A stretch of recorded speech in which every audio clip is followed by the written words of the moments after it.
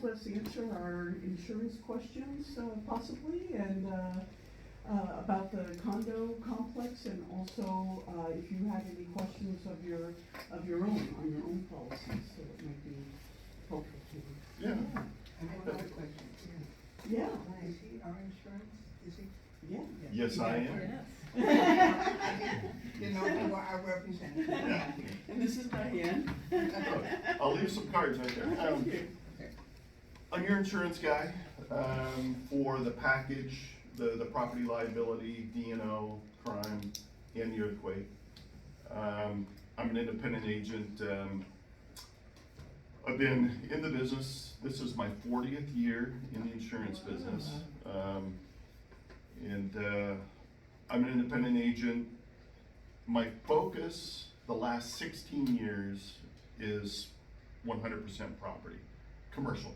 I don't write personal lines, so no personal homes, no personal autos. Although with the HOAs that we write, I mean, I deal with personal policies all day long. The homeowners, dealing with the homeowners, with the associations that we insure.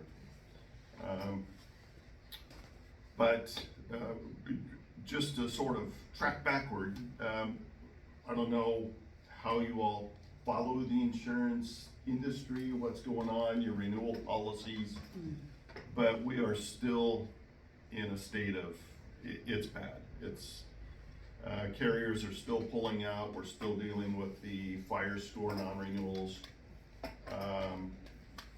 Carriers are, and it just, with your own insurance, whether it's the auto, your homeowner's insurance, insurance companies, they euphemistically say they're looking to minimize their California footprint. So they're looking for ways to cut back on the policies they write in California. So the hard non-renewals are fire score. And I think Sebastopol right now is pretty good, but Windsor, Healdsburg, parts of Santa Rosa, Petaluma, the fire score there, it's almost impossible to get anything new written that's not through the fair plan property anyway. So they're looking at the fire score and also claims. So for your personal policies, you know, when you're going through the selection process, and this year's gonna be a big one because a lot of the new rating plans have recently been approved by the Department of Insurance. So on renewal, these underwriters are going to be aggressively looking to divest themselves of policies that maybe are on the bubble, claims problems. Where they're also focusing is also, when we see this on the commercial side, if you have any late payments, like I have customers, commercial policies, that pay off the late notice, and it's like, you guys can't do that anymore. You get 3 on your record, and many of the carriers won't even offer renewal at that point. Even if the policy doesn't even go into cancellation status. Travelers, what Travelers has been doing, if you have 3 late pays, even though it doesn't go into cancellation, provided they're gonna offer renewal anyway, is they'll say, we'll renew you, but you need to pay the premium 100% upfront. So the carriers are playing kind of these games, while Sacramento continues to fumble around with how to update the rate approval process. And California is one of, I think, 4 or 5 states that's called prior approval. So every rate increase or decrease has to be pre-approved. The problem with that is it's a bottleneck. Going through the rate approval process with the insurance commissioner can take forever. And if you're asking for a rate increase of more than 6.9%, a board review is required before any kind of approval can be, to the filing can be made. So the rate approval, the rate filings that were submitted, you know, say 2 years ago, if they're being approved, they're starting to come through now. I had a insurance rep visit, it's been a couple months ago now, but he said, hey, great news, our rate filings were approved, but we submitted them in January of 2023. So, so that's why these insurance companies, they're still underwater, so they say. They're still underwater on the rates that they say are required to stay in California. And it's why they're trying to divest themselves of properties that are maybe on the bubble of being profitable for them. So they want to maximize, the cream of the crop. So that's what the insurance carriers are doing.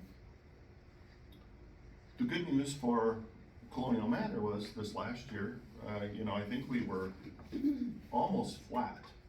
2020. Yeah, it was about maybe 10%, which, on average with the property policies we're seeing that are being renewed, 25 to 30% rate increase. And that's when they want to renew your policy. An account, a non-renewal, an HOA a little bit larger than yours down in Novato was recently non-renewed because the fire score through Farmers, never had a claim, and their premium more than doubled moving out of Farmers. Best we could do is with the fair plan, and that was almost double. So, and the problem is, how do you budget for that? It's hard to anticipate, your insurance costs or your power costs or your trash costs or whatever, doubling. Yeah. And, in California right now, until, Sacramento has a viable solution for the rate approval process, I'm not sure we're gonna see the rates come down or soften or stabilize anytime soon. Sacramento is, so I get it correct, I'm told there's a data reconciliation tool that Sacramento is, the insurance companies and the politicians are reviewing late October, beginning of November as a means to expedite the approval process for the new filings. Even if that's, say they give that the green light, November 1st, it's gonna be 6 months before you really see any meaningful changes or carriers really opening back up and writing coverage. It just takes a while then for everybody to rejigger their rates and go through the process. So California remains a challenge, but for the time being, we're still a traveler's preferred carrier, and my recommendation to my clients is, just stay under the radar. I know you can't avoid every claim, but if there's an opportunity to inform the homeowners that, water claims, that's like the death knell of HOA policies, because they're preventable. Overflowing the bathtub, the washer hose that breaks. Those types of claims are what the carriers are focusing on because, hey, that's preventable. Lightning strikes your building, and it burns down, well, that's, okay, that's your 1 in a million, lightning doesn't strike twice, but, I had a situation, in a condominium, West Santa Rosa, lightning, it hit a eucalyptus tree, and it wiped out a 4-unit property, but, how can you avoid that? You can't anticipate the lightning striking the tree and, taking out your 4-unit Were building. they covered? Oh, yeah, they were covered. Didn't Benjamin Franklin invent a lightning rod? Something like that, yeah, something. But, so, you know, the underwriters look completely differently at that versus the preventable type claims. So, stay under the radar. If you have safety recommendations, and as I was walking in, I see like the sidewalks that, you know, where the concrete has been ground down, so it's, you know, that's the kind of stuff that if an insurance company comes out and says, hey, you know, we saw some, you know, some heaving sidewalks, whatever, we'd like for them to be fixed before renewal. Please don't, I mean, and yours are done, but as an association, don't make them ask twice, because all of a sudden, you're on the underwriter's radar. So just play the game. Sorry, are they, do they inspect the property on a regular basis? They do, yeah. And would they give us the benefit of the doubt saying, hey, you need to correct these things? They would, oh yeah, they absolutely would. And they are inspecting more now than ever before, just because of, you know, the revised underwriting guidelines and the approach that these underwriters are taking, just from a new business perspective, writing a new policy, I should say. It used to be under 50 years, you know, as long as the property was 50 years or newer and had been updated and well maintained. But now it's compressed down to 20 years. You know, it's like, well, how many condominium complexes in Sonoma County are less than 20 years old? Yeah, no. Not very many, you know, but that's what they're, you know, that's what they're looking for. And so, you know, so they can go back to the insurance commissioner and say, hey, we're open for new business. Well, yeah, but are you really? Yeah. I have a question. Yeah.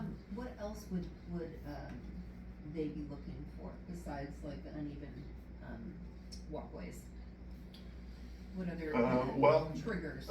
A trigger, a big trigger right now are the electrical panels. Are they Zinsco panels, Stablock, Federal Pacific?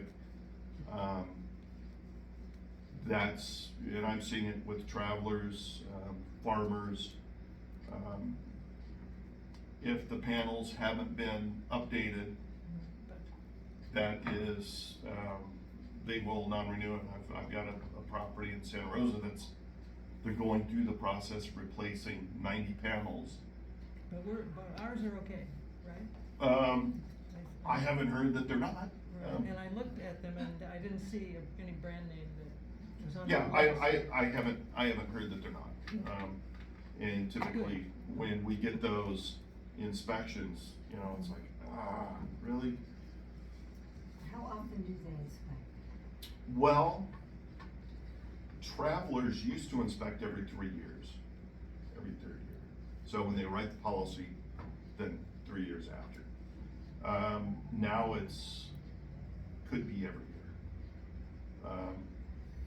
But to get back to your question, barbecues, grills, Okay, so they're looking for those. yeah, within, either on a deck or within 10 feet of a building. Okay. And it's not just, you know, here again, it's not travelers, it's also farmers, you know, it's also the nationwides, Arch.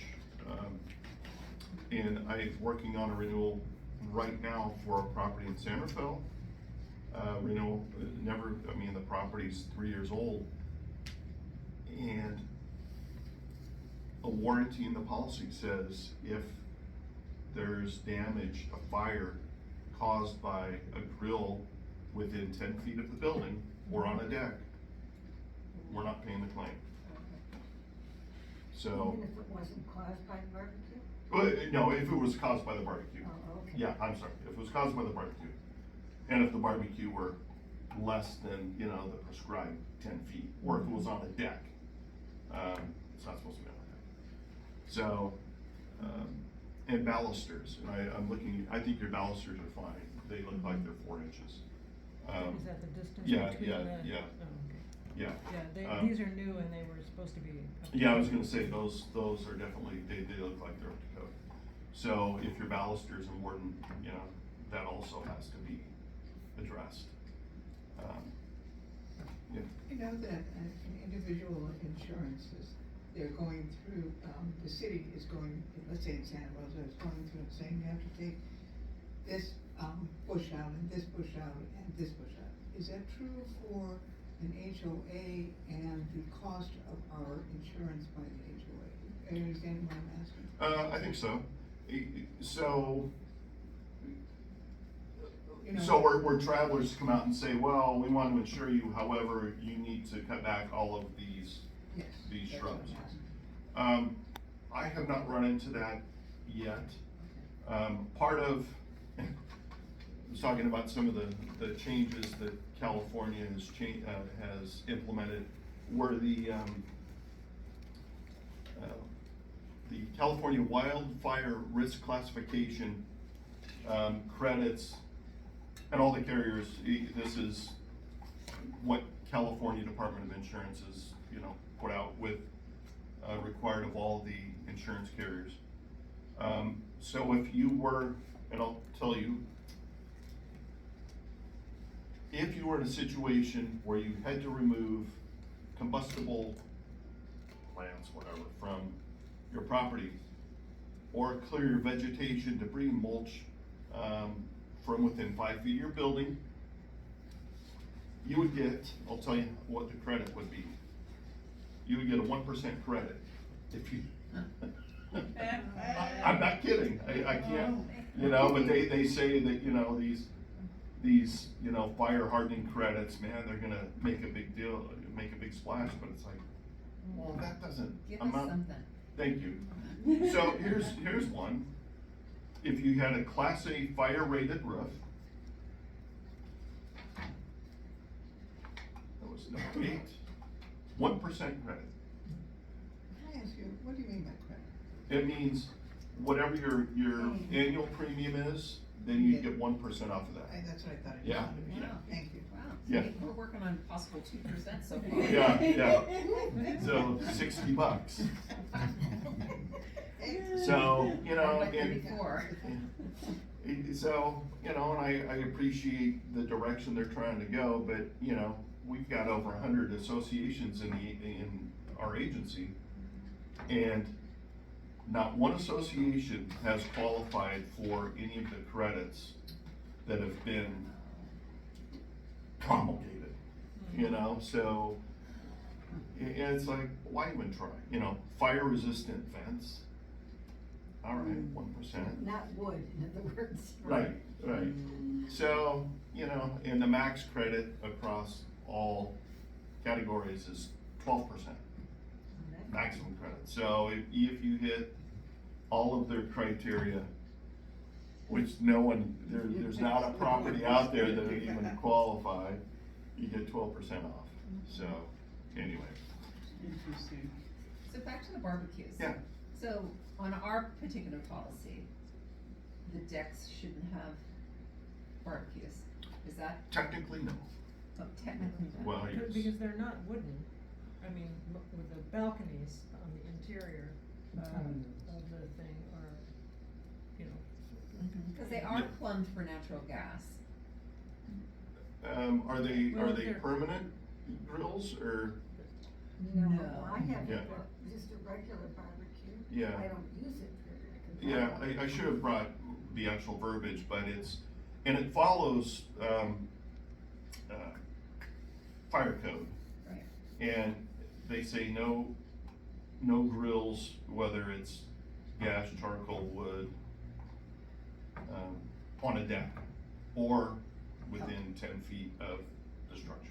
Is our deck 10 feet wide? yeah, I don't think, No. I think it'd be No. just about right, it'd be hanging over the edge. Yeah. Um, So, Yeah. and fortunately, I don't think that Travelers has ever come out and said, hey, you need to, Right. clean your grills out Right. because. Mm-hmm. So, and here again, no news is good news. Right.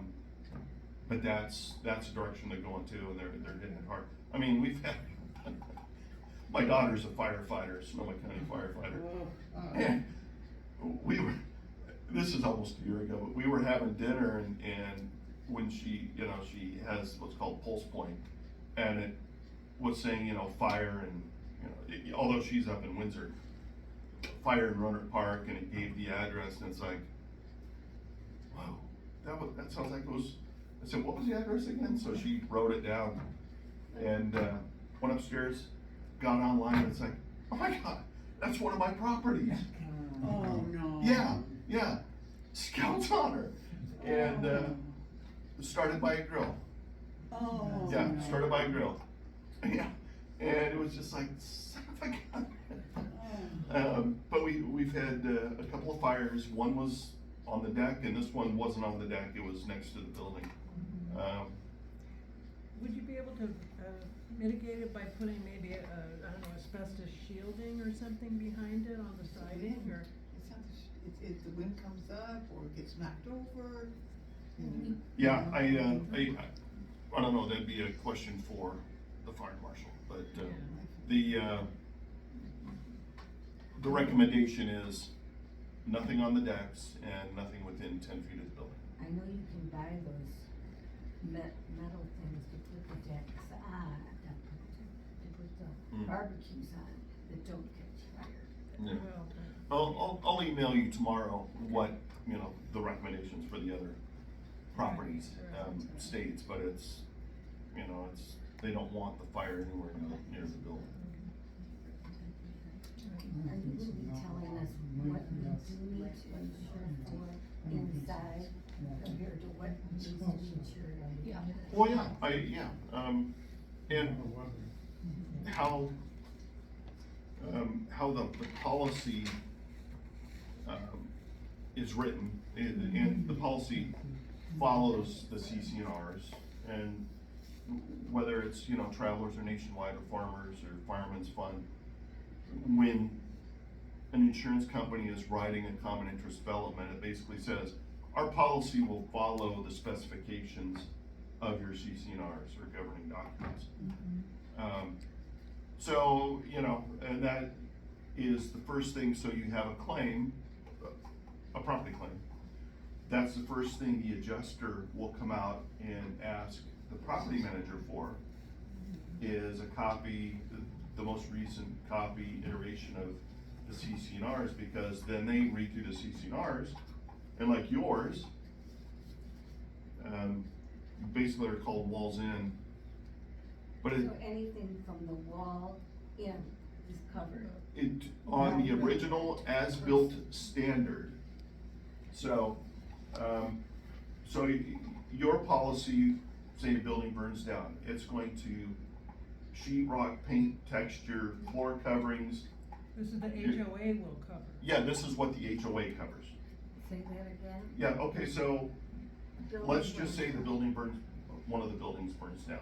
Hopefully it's not No. your unit. Not that Um, one. Or anyway, None of but, our buildings. yeah, none of your buildings, but say one of the buildings. So what the master policy will cover is it's going to rebuild the property, the roof and the siding and the windows, including the sheetrock, the paint, texture, your carpeting, your countertops, your built-in appliances, your furnace, your toilet fixtures, to the original standard. So with your Italian marble floors, I have. you have, you need to insure those on your personal policy as an upgrade. I see. So that's what I wanted to ask. So Yeah.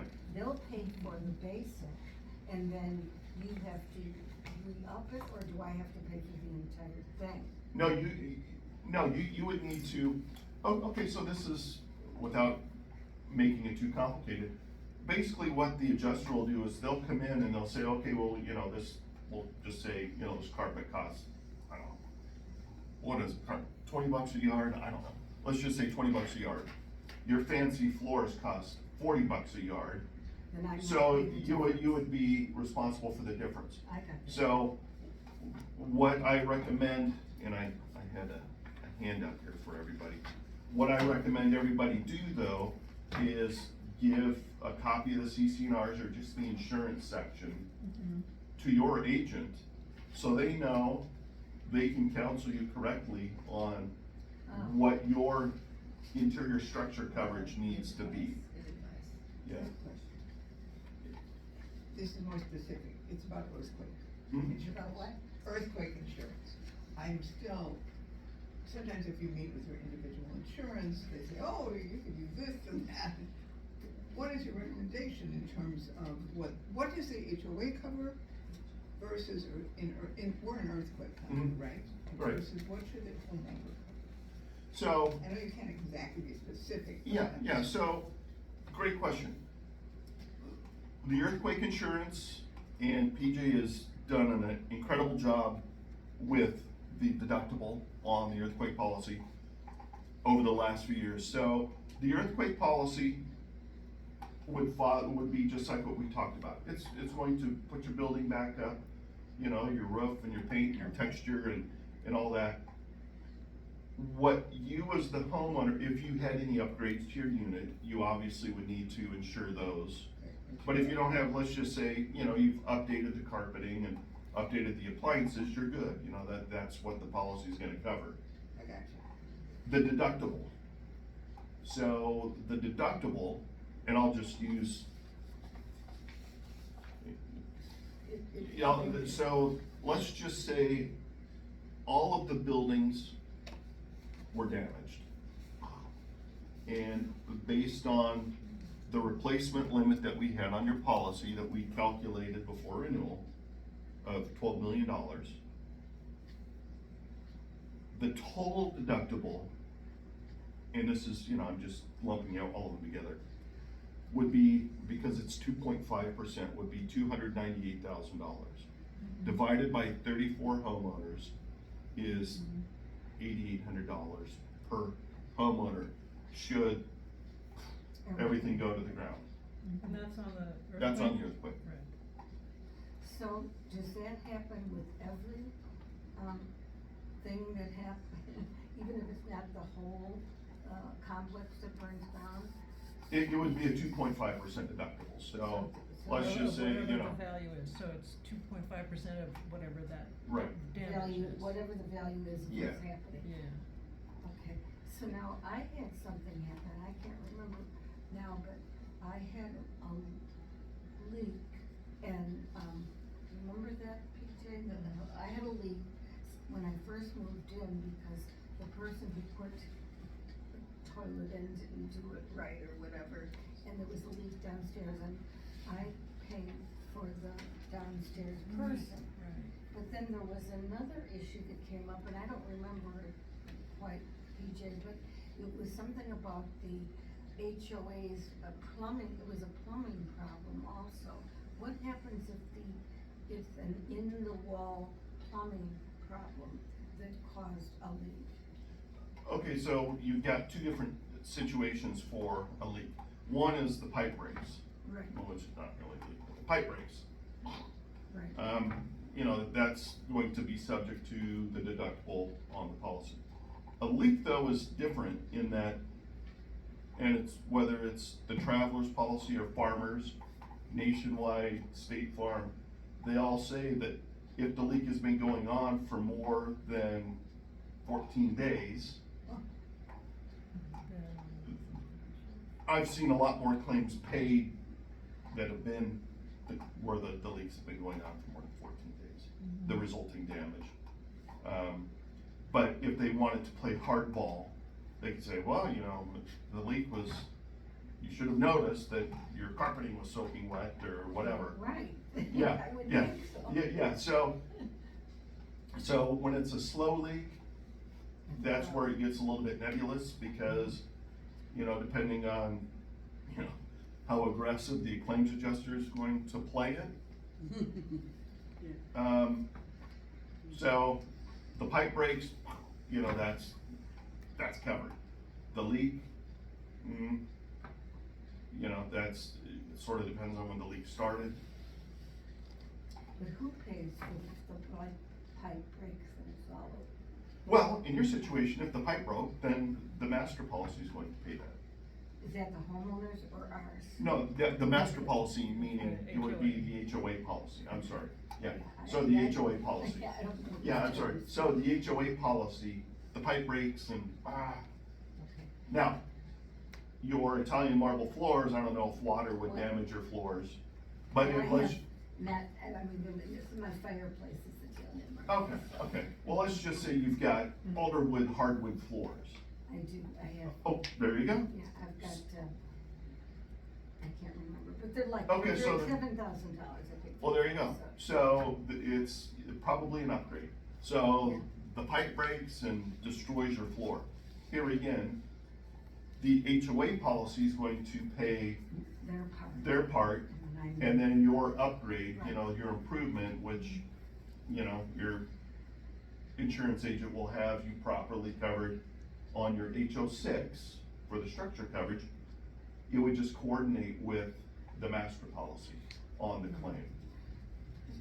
So what you're saying is that the HOA, if a pipe breaks, say, underneath one of the, units and it floods, Mm. that's the HOA's responsibility. As far as original, anything beyond, you know, that's not original is an upgrade, correct? Correct, yeah, Okay, so. that's, I just wanna be. Yep, no, so, you know what, here, I'm gonna hand these out because this might help. So, I should have highlighted, but, Colonial Manor is Unit B, and if you could read my writing at the bottom, walls in. Okay, So that would be Colonial Manor, so, this is the B, yeah, so if you have, the middle section. you know, a fire claim or a water damage claim, Unit B is how your B is, the HOA policy, that's what it's going to cover. The upgrades, your fancy floor coverings, you know, if you do the faux painting on the walls and all that, that would need to be insured on your HO6 policy.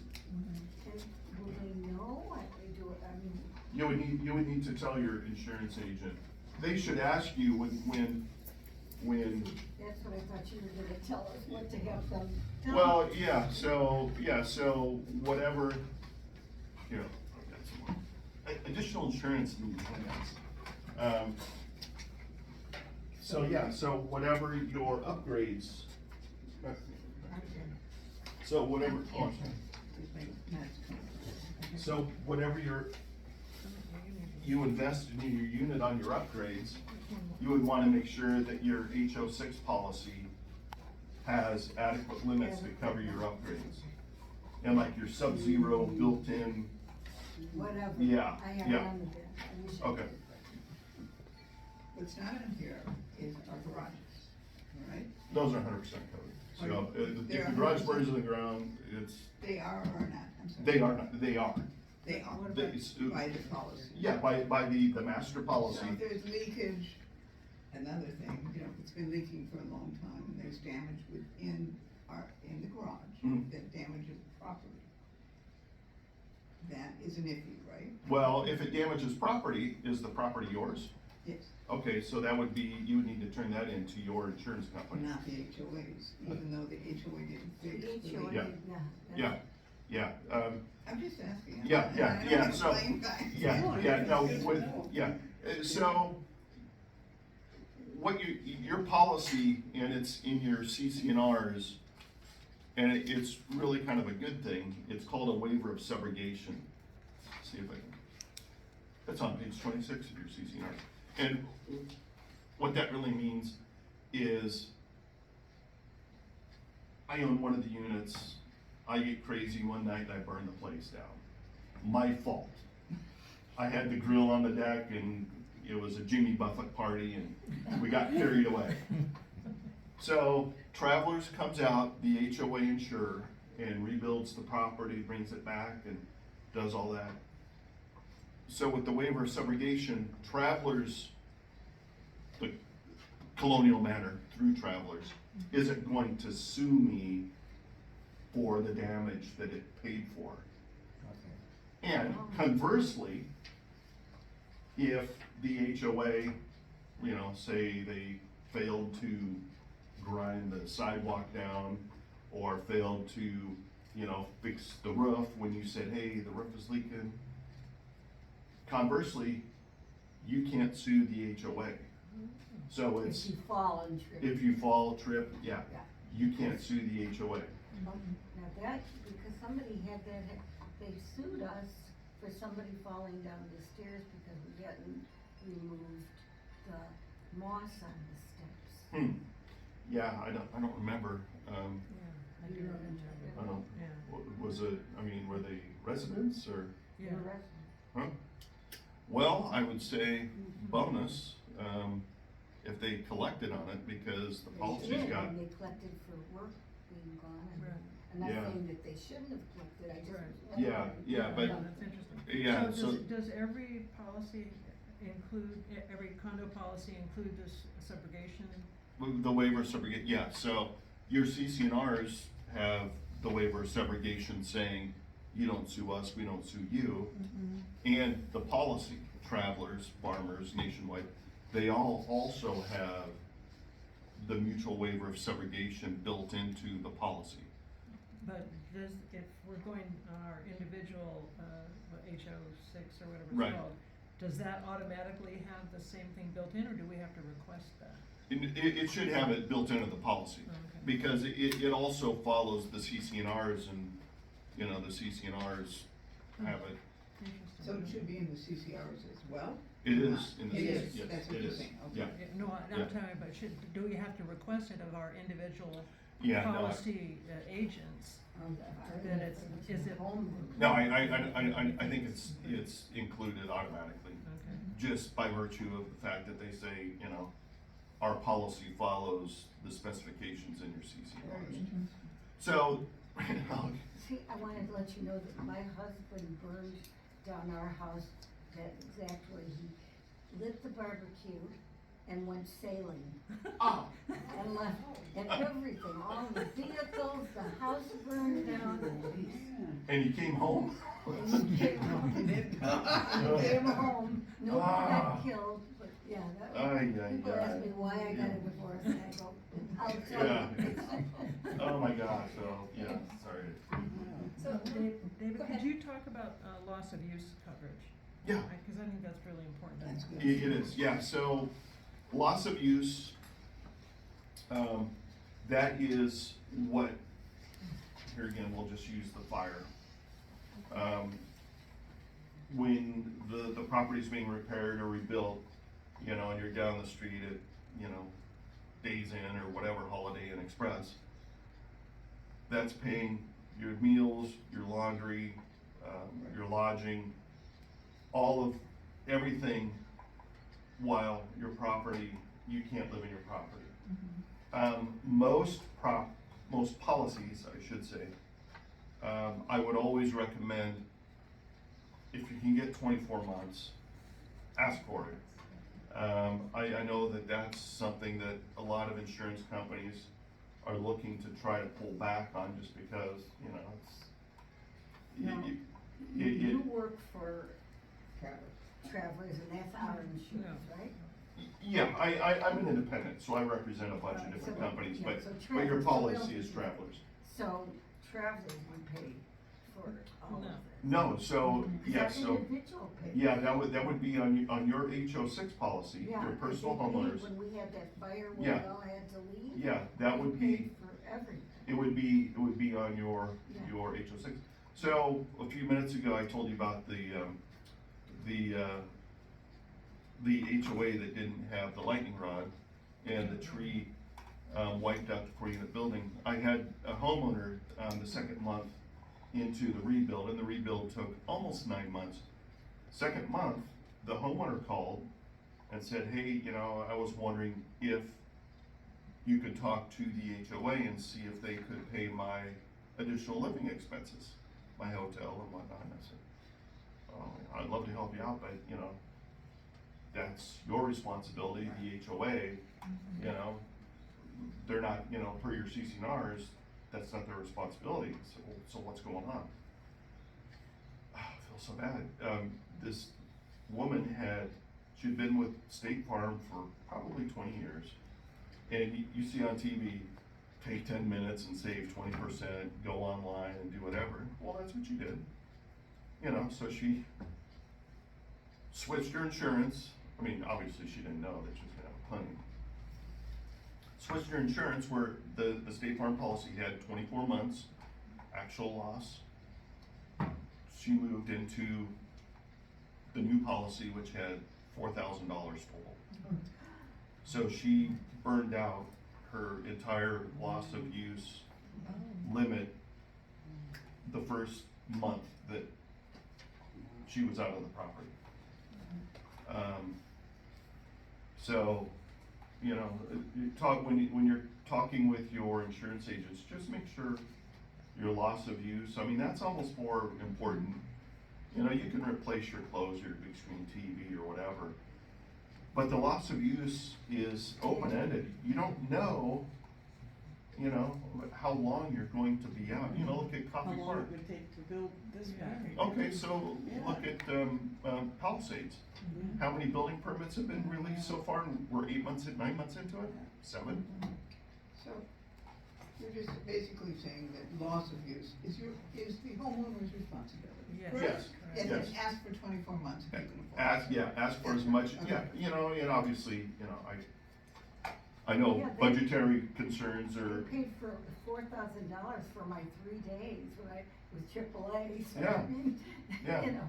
yeah, so that's really important. So when you meet with your insurance agent, just, I think that's, you know, your interior structure coverage, you know, so your fancy floors, your mantle, just make sure your upgrades, your improvements are covered, but also the loss of use is huge, so.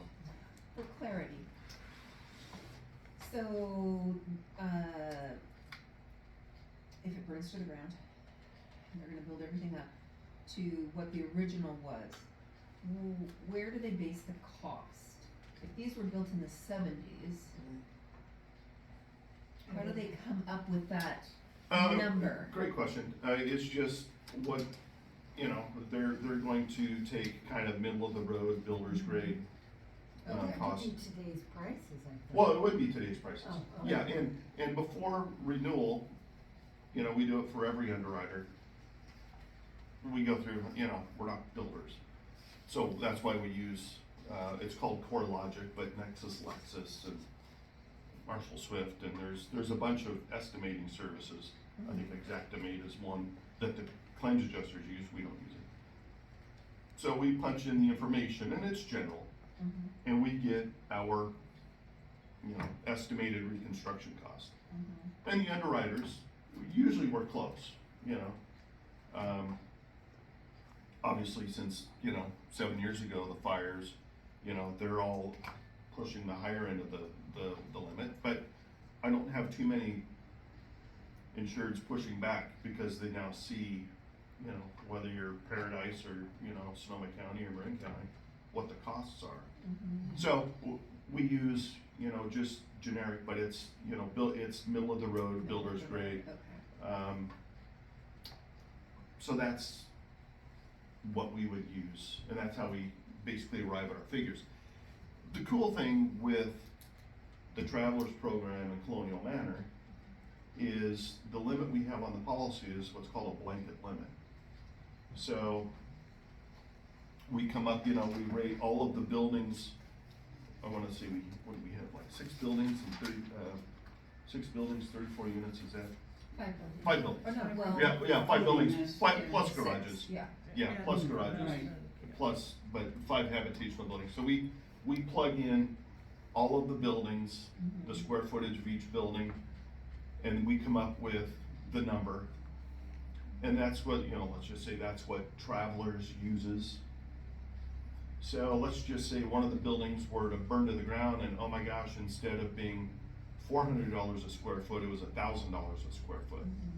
Well, as long as the claim comes in at or under the limit we have on the policy, no harm, no foul.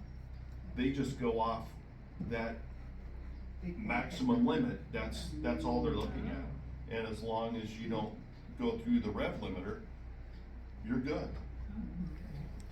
Which is, now, you know, not to tempt fate, but like the non-renewal I just dealt with down in Marin County that had been with Farmers and now it's with Fair Plan. So the difference, Fair Plan, each building has its own limit, own deductible, each limit. So Yeah, so, you know, you have, you know, if you have a claim with Travelers, and let's say all the buildings burn to the ground, you know, your limits are great, and you have one deductible. Whereas, if you're with the Fair Plan, you've got, you know, 5 different claims that you have to open because each building is a separate claim, so you've got 5 deductibles, you know. But the FAIR Plan was initiated because people couldn't get insurance, is that correct, after the fire? Well, no, the Fair Plan's been around since 1965. It was since, when was the Watts Unless I'm riots? mistaken. 65, so, yeah, so it was created after the Watts riots because the properties in those areas couldn't buy insurance. The insurance companies, lenders wouldn't lend money to them, insurance companies wouldn't insure the properties. And so that was the genesis of the Fair Plan. And the Fair Plan, you know, it's been pressed into service, you know, 10 pounds of insurance in a 2-pound bag. For what it's being asked to do, it's doing a good job. You know, it's not like being with the Travelers or Farmers, but, you know, they've gone way above and beyond what's ever been expected of what it was designed to, the need it was supposed to fill. So hopefully our representatives back in Sacramento will find a solution so the Fair Plan can, you know, start offload the policies and it can get back to the private market. David, I don't know if you're able to share this with us, but, you know, if we were to have a family member say, hey, our call policy was canceled, are there really still insurance companies out there that will insure because of the fire situation, or? Well, it depends on the location. Yeah, I mean, it's, okay. yeah, that's a great question because the first thing I do when someone is referred to me, it's, I email the underwriters the address. Are you guys even writing properties in this area? No, we're not, you know. Okay. So, you know, that is truly the first line That of. isn't illegal, huh? No. No, because, you know, everybody, if you would ask me 7 years ago what our brush score was in Smithville, I would say, what are you talking about? I have no idea what you're talking about, but that is all the underwriters now, you know, and here again, these data services, and it's my understanding, and I don't know if it's just a wives' tale or what, but CAL FIRE, it's my understanding CAL FIRE developed the original brush score, fire score, to help it pre-stage their resources, you know, trying to outguess what was gonna happen. And the insurance companies, after the Tubbs fire heard about this, and they're like, well, man, maybe we can use this.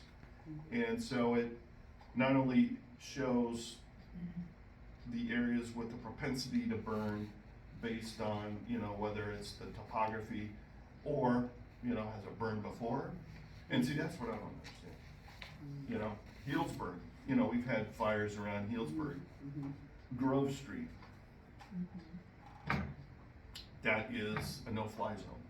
You cannot write, if you were to go try to write a new property or a property on Grove Street, you can't do it. Whether it's Liberty Mutual or Oregon Mutual or Travelers or Farmers, Fair Plan, because, you know, all points, well, you know, north, south, east, west, within a mile is a high wildfire score area. Well, that pretty much shuts down the whole town of Healdsburg. So, but that's what carriers, all the underwriters are using, is this brush score, brush map, as their first line of, can we write this, can we look at it or not? So I just recently had to get insurance here because I just bought, and I couldn't find it, so I have a Fair Plan and a DIC. And I just recently got a report, I think it was I'm not sure whether it was for the fair plan or DIC, they gave 2 ratings here. 2 out of 10, which is a good score in terms of historical value, and then 9 out of 10 for the structure itself. Yep. So- That was the fair plan, where the fair plan gives you, it'll tell you how, the fire score, so that they'll have a premium, and then they'll have a fire score premium. Right. And they add those together, but yeah, that is correct, they show, you know, what's the likelihood of a fire in the area, and then also what is the, you know, propensity of your building to be damaged in the event of a fire. Oh, so the 9 score was The building the buildings. being framed, Oh, framed, unsprinkled. right. So what is the fire score here in basketball? I honestly don't, you know, and it's kind of a moving target. And I have one underwriter that will send me the maps when she's working on it for me. But the others are, no, it's confidential, we can't send that out. It's like, really? You're declining an account because of the fire score, but you can't send me the map, you know? But, yeah, Sebastopol shouldn't be that bad though, the fire score. The city is Sebastopol, outside of Sebastopol. Right, so And it was a 2 out of 10, that's the historical. right, value. so why are you with the fair plan then? I'm wondering, Well, when I bought this property and had to buy insurance, the agents I talked to said they couldn't find a plan. I was surprised. I'm gonna check it out. Yeah, check it out because the fire score here isn't, I mean, even the 2 out of 10. And then a 9 out of 10. Right, yeah, and see, so, it's funny because I was out at, a board meeting in Guerneville. And that was one where a friend of mine that was quoting on it, she actually sent me the map. And it was like 98 out of 100, whereas the fair plan rating is close, it's 8 out of 10 as the potential for fire damage. And then the buildings were like 8 out of 10 too. Guerneville's flood. Well, yeah, they've got flood insurance out there too, cause they're on the river, but, But so, anyhow, sorry. yeah, so the fire plan, the fire rating is what everybody's looking at. But I would put another call into just some local Well, agents. I'm open to Yeah, recommendations. find out what, the On rest of the this actual, yeah. I was just Yeah. hoping that you could talk about what is the need or use of personal liability coverage. Oh, well, And that's, also explain loss assessment coverage to oh, folks. okay, yeah, so so the personal liability coverage, that is, you know, you invite someone into your house, they slip and fall and, you know, they break their ankle, you have a dog, bites me. It's your personal liability that follows you wherever you go. It doesn't follow you if you have it in your car, you've got that in your car, and it doesn't follow you. Well, no, but you know, if you're in Safeway and, you know, Oh, it does? you run somebody over with your basket and they're hurt, Right. you know, yeah, your personal liability follows you wherever. Okay. It's different Oh, I than your see. auto liability. It's different from the Auto, yeah, so, yeah, and automobile insurance follows the car. Follows the car. Follows the car, wherever the car goes, that's where the insurance goes. Okay. But your personal liability, you know, So, but how do you judge how much coverage to have? I wouldn't buy any less than 300,000. Most, you know, whether you're with State Farm or Farmers, Nationwide, Safeco, whoever's writing insurance these days, typically when they quote you, they're going to have a minimum of 300 grand. 500,000 is, I say, right down the middle. You know, I don't know that you need $1 million, but you know, that's, What is loss assessment coverage? yeah, that's what, Right. loss Oh, assessment, well, that's I what. just have one more question about I'm personal sorry. liability. So the amount of coverage would be if someone's suing you for some Yeah. problem that you created or ostensibly. Usually bodily created. injury, or property damage. And so it would depend on your assets, right? What It you could, could be yeah. sued for. Yeah, I mean, I depending on, mean, yeah. you know, if you have $1 million of assets, if they sue you for 2 million, it's not gonna do any good, right? Right, right. But you should have coverage to whatever you, Yeah, and good point. Yeah, if you've got, you know, so you don't need. $10 million in the bank, you want $10 million of liability coverage Right. just in case. Right, okay, so So- it's a scale depending on what assets you have, that could be. That could be tapped, yeah. Okay. Yeah, so, and good point, it's, and that would be, here again, when you go in and meet with your personal agent, I would think that would be something that would be part of the discussion, is, you know, let's talk about, you know, not so much that they want to be your financial planner, but, you know, what do you have to lose? But, you know, Now, I know you all seem like you're always talking about farmers, are there other insurances you think I should change from AAA? you know, I would say now is not the time to change. Oh, If you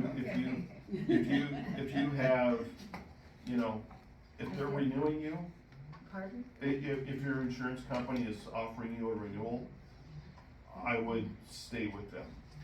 I wouldn't, you know, and for 2 reasons. One, now is not the time to be out trying to find Insurance. a new policy. And longevity, you know, if you have a relationship with these people, that counts for something. What?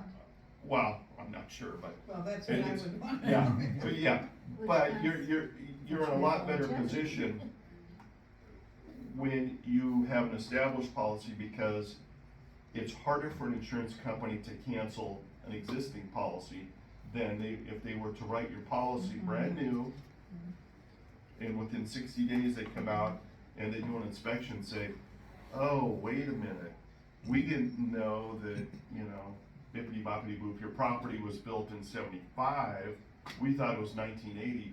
Yeah, so you've got 30 days to go replace your insurance. So within the first 60 days, really, if they don't like what they see, they can, you know, or maybe their underwriting guidelines had changed from the time they wrote you until, and they're like, oh geez, you know, we need to get rid of these specifiable properties. Not that that's ever happened, but if you're the new kid on the block, you know, it's much harder. If it's a new policy, it's easier to get off of than an established policy.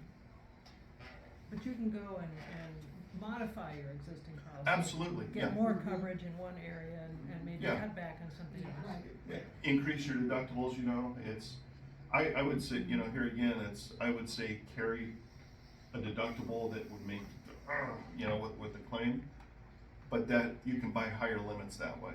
And here again, a deductible, you can budget for that. The top end, like we're talking about with loss of use, loss of income, you don't really know. Is the loss gonna take me up for 9 months or 2 years? You know, whereas, I know it might be, you know, okay, it hurts, you know, to pay a $5,000 deductible or $2,000 or whatever. But you can absorb that more than you could 2 years of being out of your property and making ends meet. So did you just say the higher deductible allows you to get a higher coverage amount? Well, yeah, because, yeah, the deductible, the higher the deductible, you can bump your limits, and that could offset any additional premium for taking higher limits if you bump the deductible. Okay.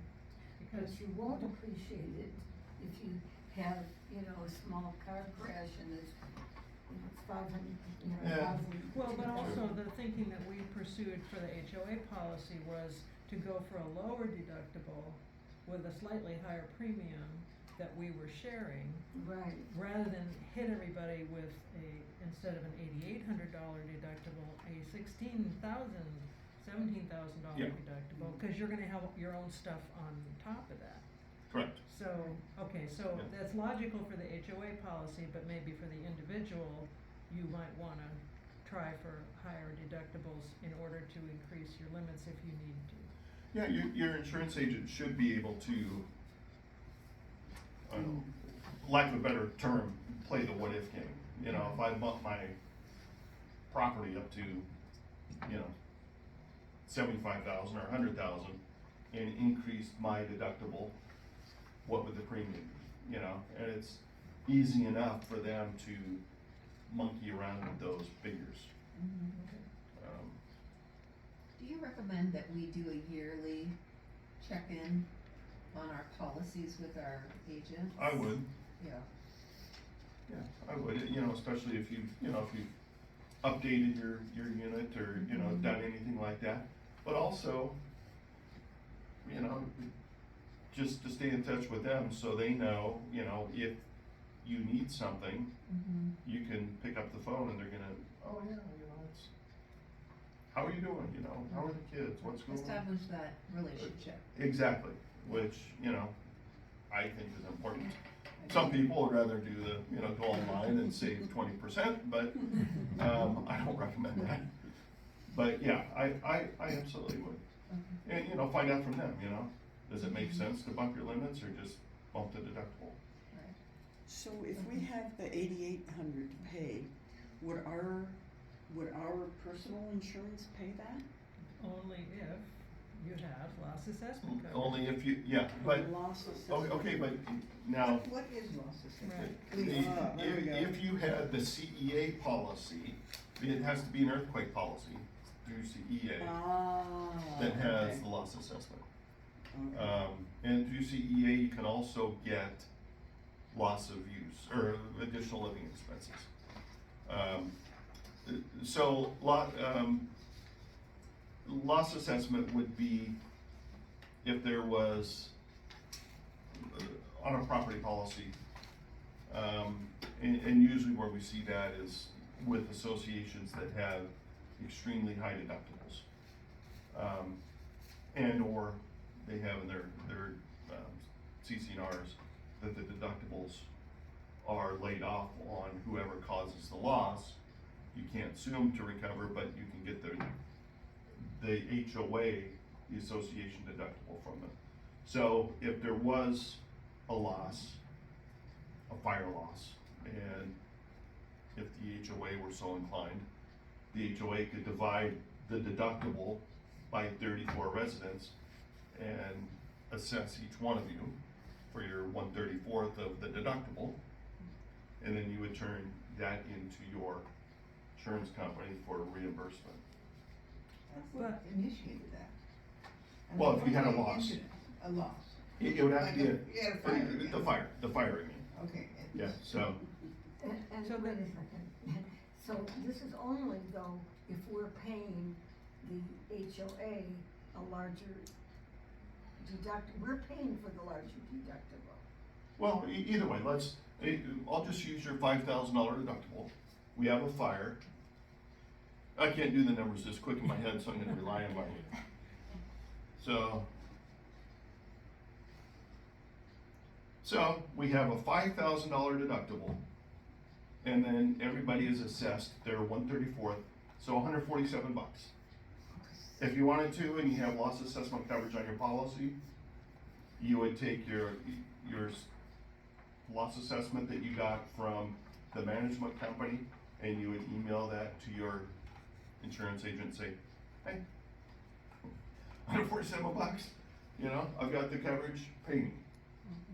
And they would do that? Well, if you have the coverage, yeah. Only if the house burned down. and Well, it has to be a covered loss, It has to be a covered yeah, lot. yeah. Oh, right, yeah, okay. so, But if we have if we build that higher, even though we get paid back if we have a loss, in the meantime, we'd be paying more each month, is that correct?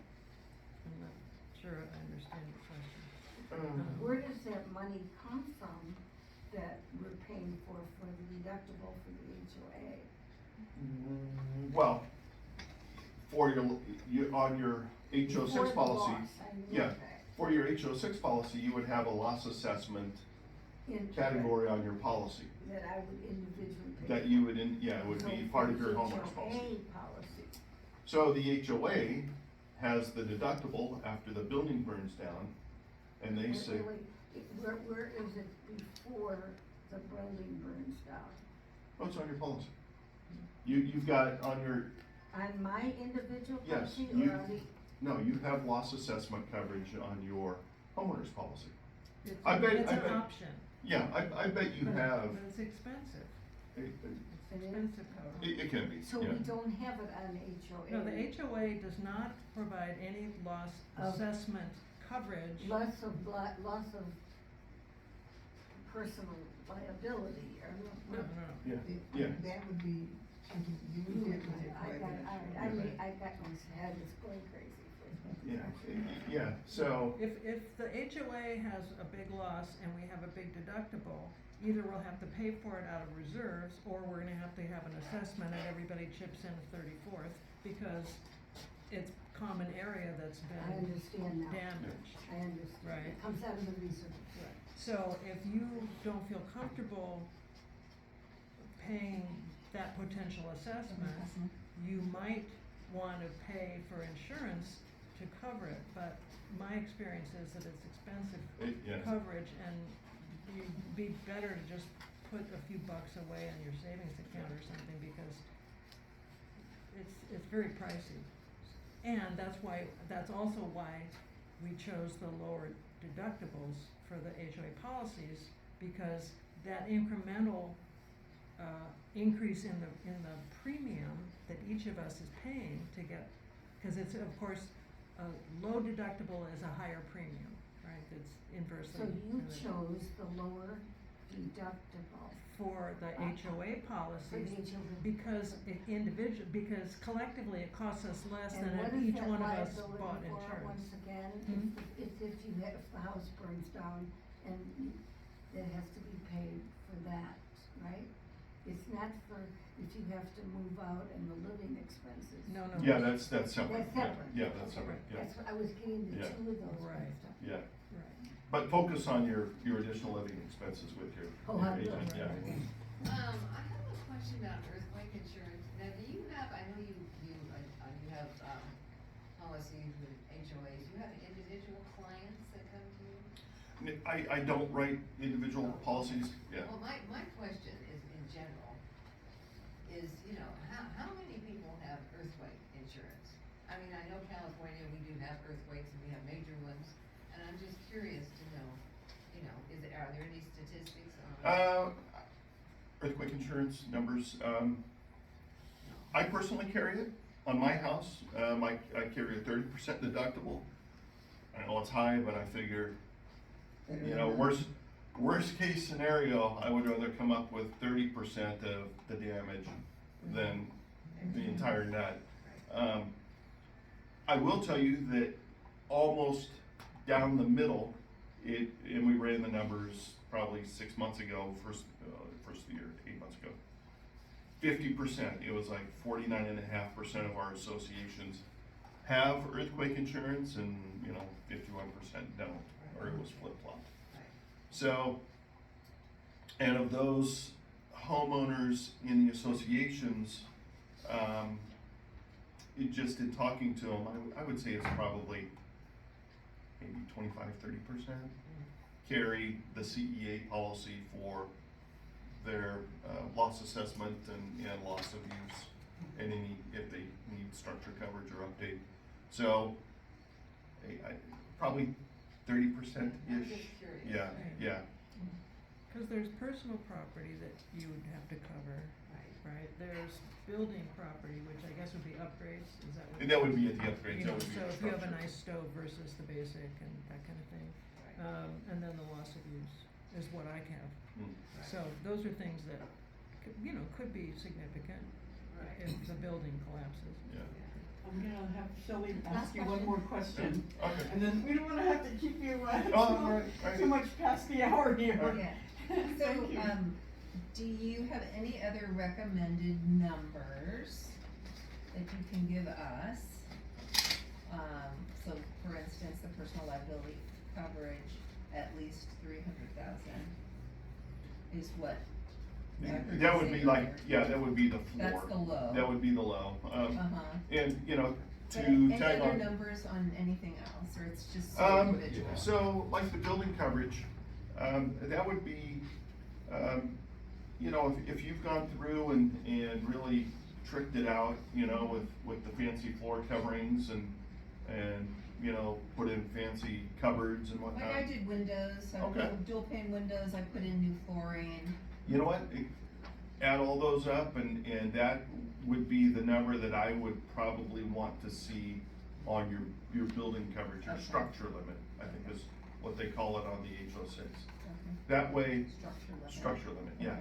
So that way, and there might be overlap, you know, it's never going to be completely, Yeah. but I would rather have a little too much one way or the other Yeah, than have you come back and say, oh geez, you know, I okay. didn't have enough coverage for my Interesting. cabinets and windows. Yeah. Well, thank you, So- David. Thank you so much. Oh, I could talk all night on it. 40 years experience. Oh my gosh, Hey, yeah. Wow, pick your yes. brain. Will this Thank you guy so ever much for shut up? coming. Yeah, Thank you Thank so you. much. Thank you for having me, I appreciate it.